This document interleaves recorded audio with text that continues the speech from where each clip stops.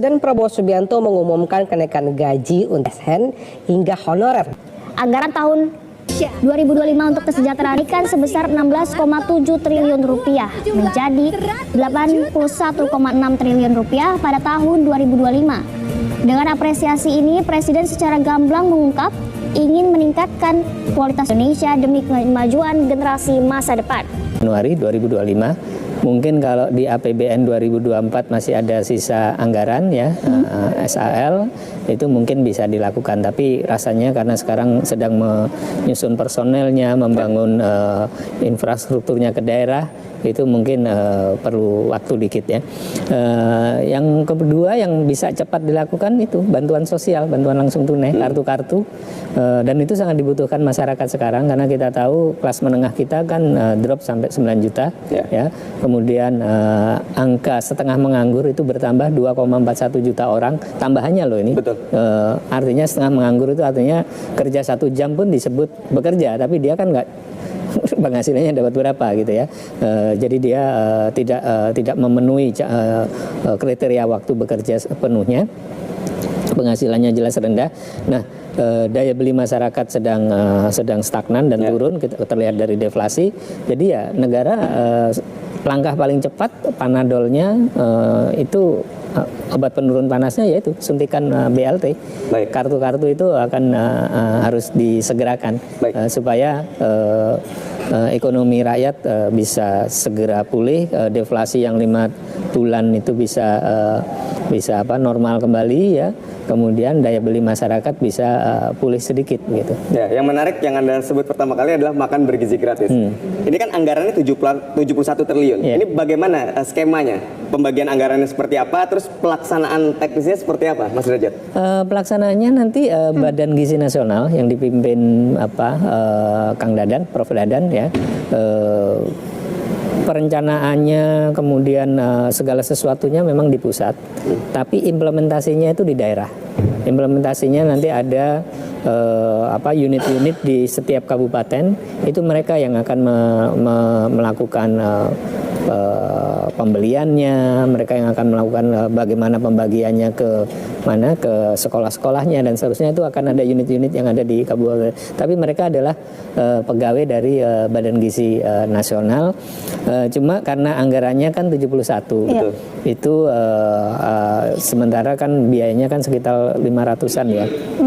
Ya, jadi artinya kan hanya 14% yang tercover. Jadi kalau dikurangi untuk biaya Monef dan sebagainya ya mungkin sekitar 13% yang tercover.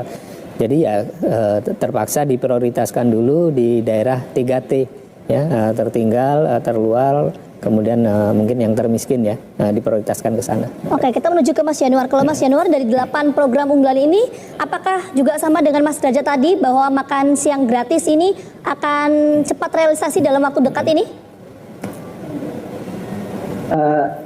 Senang ketemu lagi Mas Derajat. Mas Yanuar, apa kabar? Kesempatan berbeda di media. Kabar baik. Saya ini bukan karena saya kenal Mas Derajat ya Mbak, tapi saya setuju karena di dalam waktu cepat ini, dalam waktu yang relatif singkat ini, memang pemerintahan manapun itu kan perlu untuk segera bisa menunjukkan bahwa dia deliver. Dan ini tidak cuma sekedar deliver, tetapi ini akan terkait dengan prioritas-prioritas yang memang mendesak. Nah tadi sudah oleh Mas Derajat, prioritas itu adalah soal kemudian yang kedua adalah memperbaiki bantalan yang sekarang ini dalam tanda petik rusak karena kelas menengah yang anjlok. Catatan saya hanyalah pada persoalan governance. Tadi Mas Derajat menyampaikan angka yang fantastis tadi kan, karena totalnya sekitar 500 T, sekarang baru ada 71 T. Masalah yang selama ini kita hadapi di dalam menjalankan program pemerintah baik zaman dulu sekali maupun sampai sekarang adalah persoalan tata kelola, governance. Jadi kalau saya boleh nitip sekaligus ke Mas Derajat untuk disampaikan pada Pak Prabowo dan Kang Dadan, Pak Mas Derajat, adalah bagaimana tata kelola program-program unggulan ini, terutama 8 ini yang PHCT ini, program hasil cepat terbaik ini terdeliver. Karena bukan hanya angkanya yang besar, tetapi karena rantainya cukup panjang, melibatkan banyak orang, saya kira kita perlu memastikan bahwa itu memang tersalur. Selamat malam Pak Wisnu. Ya, selamat malam Mbak Diana. Pak Wisnu, mungkin Anda boleh elaborasi terlebih dahulu. Sebenarnya apa saja dampaknya kalau batas usia ASN ini dinaikkan? Karena kan memang ada tambahannya sesuai strukturnya begitu ya. Apakah memang justru membantu regenerasi atau justru malah menurunkan produktivitas ASN? Ya, masalah perpanjangan usia ASN ini harus dilihat secara holistik, secara komprehensif. Menurut saya harus dilakukan audit secara menyeluruh, terutama dari aspek kinerja ASN itu sendiri. Karena seperti yang kita ketahui, tidak sedikit juga ASN yang produktivitasnya dipertanyakan gitu ya. Terutama terkait dengan output, apalagi terkait dengan dampak gitu. Jadi selain regenerasi, menurut saya yang paling penting adalah bagaimana kinerja dari ASN itu sendiri dalam memberi pelayanan publik, apakah sesuai, outputnya sesuai, apakah dampaknya sudah sesuai selama ini, baru kita berbicara mengenai perpanjangan gitu. Karena kan walaupun nanti diputuskan adanya perpanjangan ASN, ya tentunya harus berdasarkan kinerja yang baik gitu. Oke, berarti Jadi, harus silakan dilanjutkan Pak.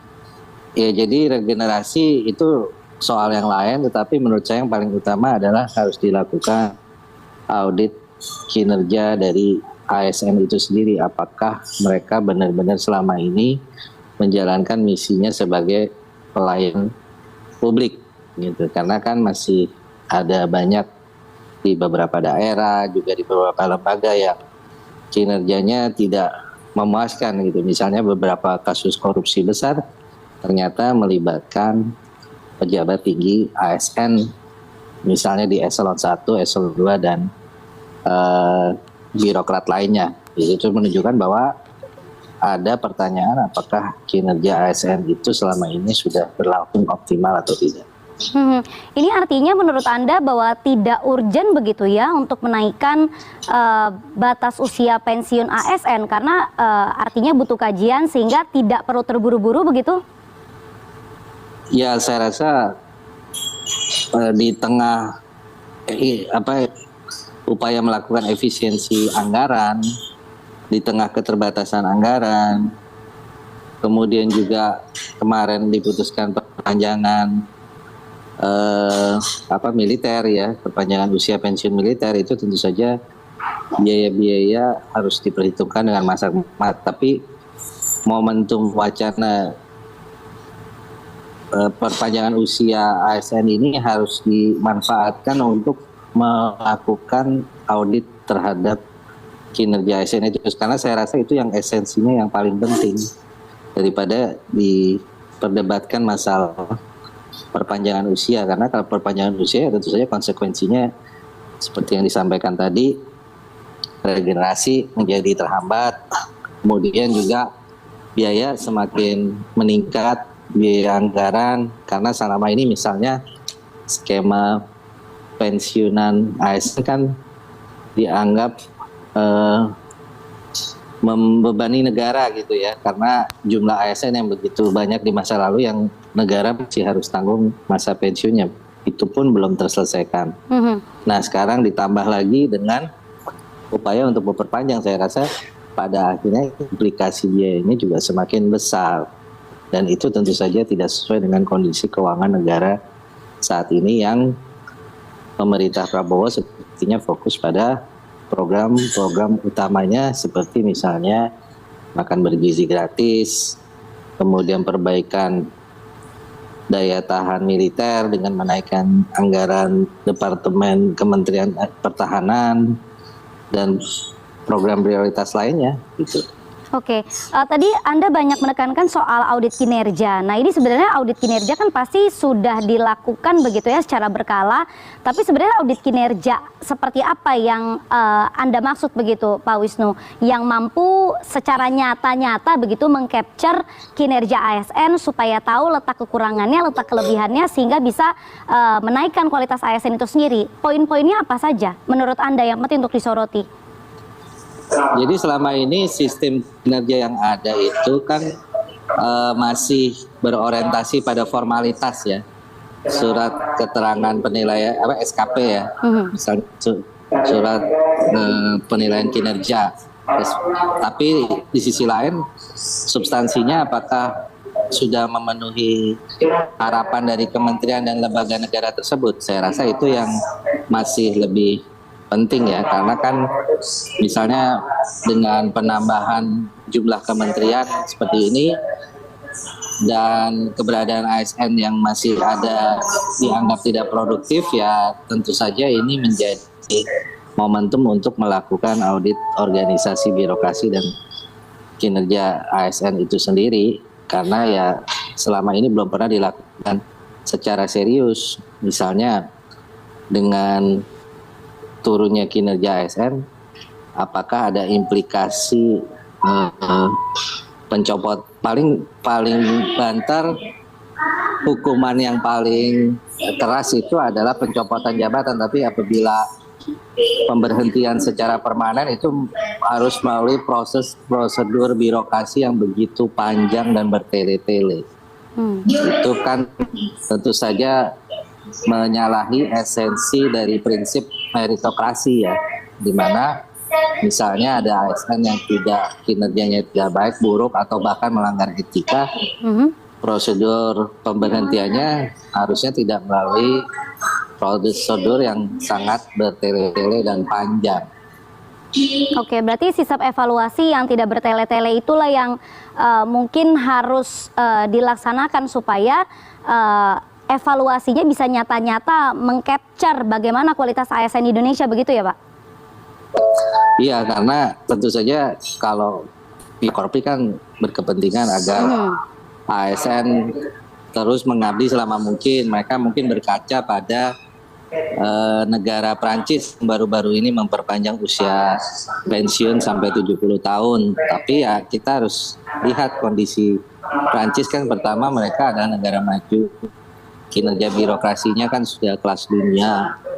Terus yang paling penting lagi adalah memang ketersediaan dananya ada, karena mereka negara maju dengan pendapatan yang cukup tinggi gitu. Sedangkan Indonesia sendiri kan seperti yang kita ketahui, kita masih negara berkembang.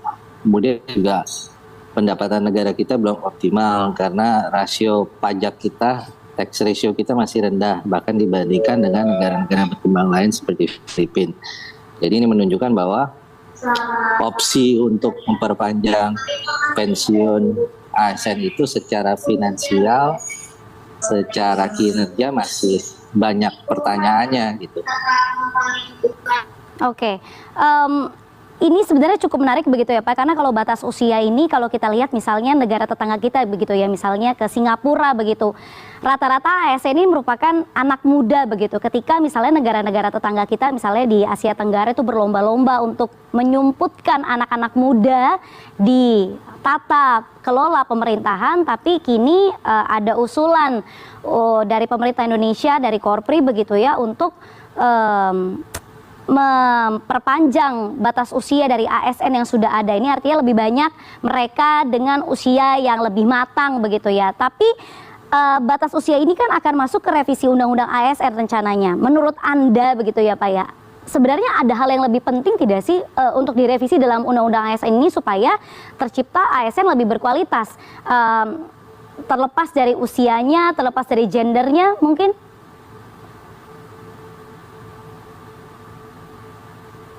Iya, jadi kalau kita melihat dari segi undang-undang dan regulasi, sebenarnya sudah banyak undang-undang regulasi ASN dan terkait dengan ASN yang begitu baik ya. Misalnya manajemen talenta, kemudian prosedur penilaian kinerja. Cuman masalahnya keberadaan undang-undang dan regulasi ini kan enforcement-nya belum dilaksanakan secara optimal. Jadi menurut saya makanya saya mengusulkan berkali-kali soal audit kinerja birokrasi itu, supaya ini bisa dijadikan sebagai momentum untuk melakukan evaluasi secara keseluruhan sistem birokrasi kita, sehingga apapun keputusan strategiknya, apakah itu, tapi jangan dilihat secara parsial ya, karena kita harus melihatnya secara holistik. Misalnya kita juga harus melihat dari sistem rekrutmennya. Itu rekrutmen kan sebenarnya ujung pangkal dari merekrut talent-talent terbaik di Indonesia, apakah sudah benar atau tidak, apakah sudah benar-benar merefleksikan talent terbaik di Indonesia atau tidak. Kemudian dari setelah masuk di sistem birokrasi, kita lihat lagi bagaimana dengan sistem penilaian kinerjanya. Oke. Apakah sudah berjalan atau tidak, apakah ASN yang berprestasi ini secara output maupun outcome benar-benar mendapatkan promosi sesuai dengan kinerja dan kontribusinya. Nah, ini aja belum dibereskan ya, karena masih banyak juga kritik-kritik yang beranggapan bahwa misalnya penilaian kinerja, kenaikan pangkat lebih sekedar formalitas, sehingga siapapun otomatis kalau sudah bertahun-tahun akan dengan sendirinya naik pangkat. Nah, itu yang saya rasa yang harus benar-benar diperbaiki gitu, daripada kita fokus pada ujungnya yaitu perpanjangan masa pensiun.